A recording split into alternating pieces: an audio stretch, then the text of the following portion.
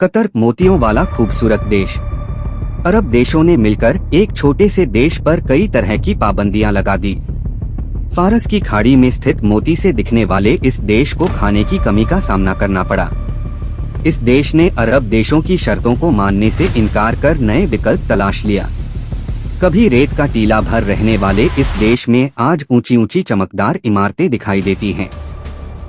जी हाँ, मैं बात कर रहा हूँ कतर की। हमास जैसे आतंकवादी गुट को समर्थन और बढ़ावा देने के लिए सऊदी अरब और अन्य अरब देशों ने मिलकर कतर पर पाबंदियां लगा दी। कुछ शर्तों के आधार पर उस पर पाबंदियां हटा लेने की बात कही गई, लेकिन कतर नहीं माना और पाबंदियां जारी रही। पहले भी कई बार कतर जैसे छोटे मुल्क पर पाबंदियां लग चुकी हैं। आखिर क्यों अरब देश मिलकर इस तरह की पाबंदियां लगाते हैं? इसके पीछे का कारण जानने से पहले हम थोड़ा कतर के बारे में जानते हैं।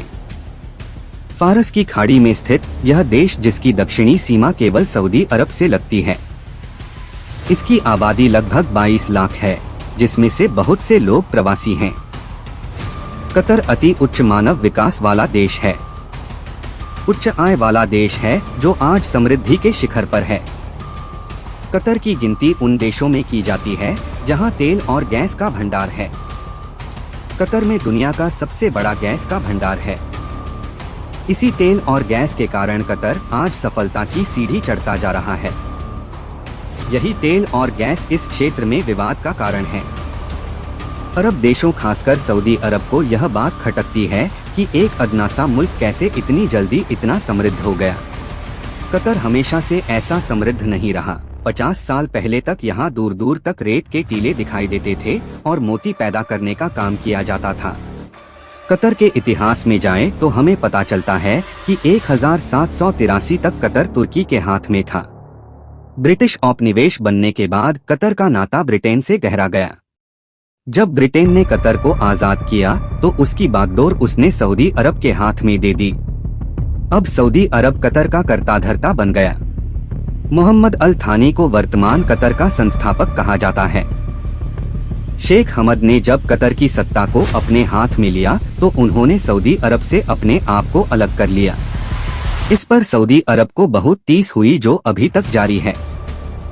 कतर को अब सऊदी अरब से रक्षा के संबंध में डर महसूस हुआ। कतर के पास इतनी जनसंख्या नहीं थी कि वो खुद की सेना बना सके, इसलिए उसने दूसरे देशों को अपने देश में सैनिक अड्डा बनाने के लिए आमंत्रित किया।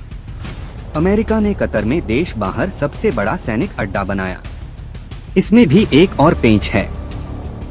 जो सैनिक अड्डा कतर में स्थापित किया गया वह पहले सऊदी अरब में था। इसके पीछे यह कारण हो सकता है कि कतर इतनी सुविधाएं प्रदान कर रहा है जितनी कोई देश शायद ही कर पाए। यह भी कारण हो सकता है कि सऊदी को कतर फूटी आंख न सुहाता हो। कतर भी जानता है कि तेल और गैस के भंडार ज्यादा समय तक साथ नहीं दे सकते, इसलिए उसने कई विकल्प खोजे जिनमें अपने हमदर्द की तलाश की। जब अरब देशों ने कतर पर पाबंदियां लगाई और खाने की कमी हो गई तो ईरान ने तुरंत कार्रवाई करते हुए एक विमान के जरिए खाने का सामान भेज दिया। कतर तेल और गैस के जरिए एशियन, यूरोपियन और अमेरिका के साथ रिश्तों को प्रगाढ़ कर रहा है।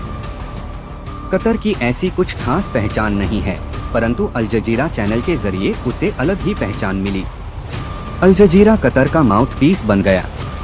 कतर ने अल जजीरा का गलत फायदा भी उठाया। अल जजीरा ने अरब क्रांति में बढ़ चढ़कर हिस्सा लिया, खूब कवरेज दिया।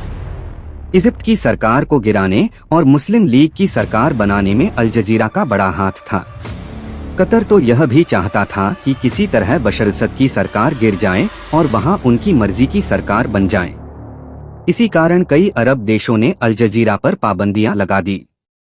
अपने भविष्य को सुरक्षित रखने के लिए कतर ने ब्रिटेन में कई संपत्तियों में निवेश किया है, जिनमें लंदन की मशहूर इमारत द शॉट भी शामिल है। जर्मनी की football team Paris Saint Germain को भी खरीद लिया। कतर भले लगभग पूर्णतः राजशाही वाला देश है, लेकिन उसने अपने नागरिकों को आगे रखने के लिए बहुत से काम किए। एजुकेशन हब के जरिए कतर अरब का शिक्षा का केंद्र बनता जा रहा है। फ्रांस, ब्रिटेन और अमेरिका की यूनिवर्सिटी ने अपने कैंपस खोले हैं, जिसमें जॉर्जटाउन जैसी यूनिवर्सिटी शामिल है।